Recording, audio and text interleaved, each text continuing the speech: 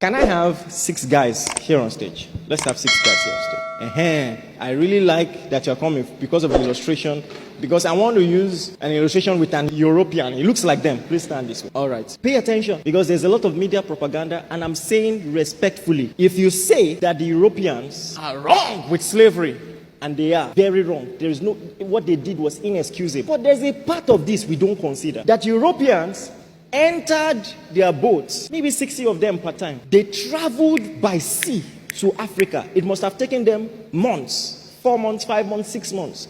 Imagine how exhausted they would have been. They might have even contracted, some infection on the way, all these kind of things. They will land at our shores vulnerable. And now they want to capture hundreds of Africans. And to capture them, they must not shoot them, because if they shoot them, they will lose value. They can't work in plantation. So you want to capture able-bodied men without shooting them. How are you going to do that? You've been in the boat for months. You are weak. You are vulnerable. Now you want to capture people, take them to the boats. There are just 60 of you. You want to capture hundreds of them. Take them to the boats and do that successfully. Let me tell you the parts in the history that is missing.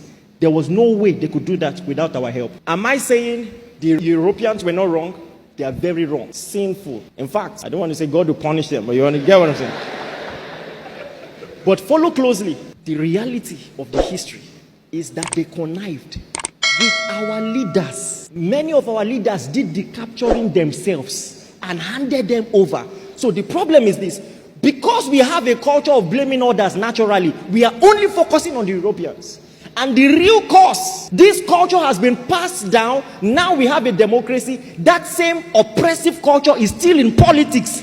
The real people behind it, we have not held them accountable. And so it has changed form. If you think that the real oppressive culture is in the Europeans, let them open the borders and let's see how many of you will stay next. How many of you will I see next Sunday? If they say you no longer need visa to go to US, to go to UK.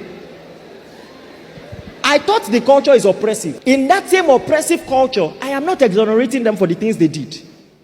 But you see, your rights are more likely to be respected there. Isn't that true? So it tells you the real oppressive culture is here. We are the ones who don't know how to value a common man. Give him rights. We plan only for the rich. We have no structure for the vulnerable. And by the way, there are spiritual consequences to any nation that does that. Of all the appellations of God, he introduces himself as the father of orphans, the husband of widows. If you treat the vulnerable poorly in any nation, that nation will scarcely prosper.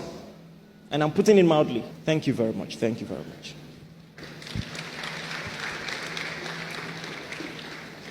Do you understand what I just said? At the end of the day, we have to look at ourselves and say, hey, something must change. Start with you.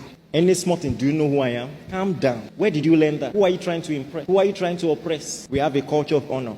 We honor God. We honor fellow men. We honor kings. They won't always deserve our honor, but we're a people of honor. Doesn't mean we won't say they are wrong when they are wrong, but we're a people of honor. Amen, somebody.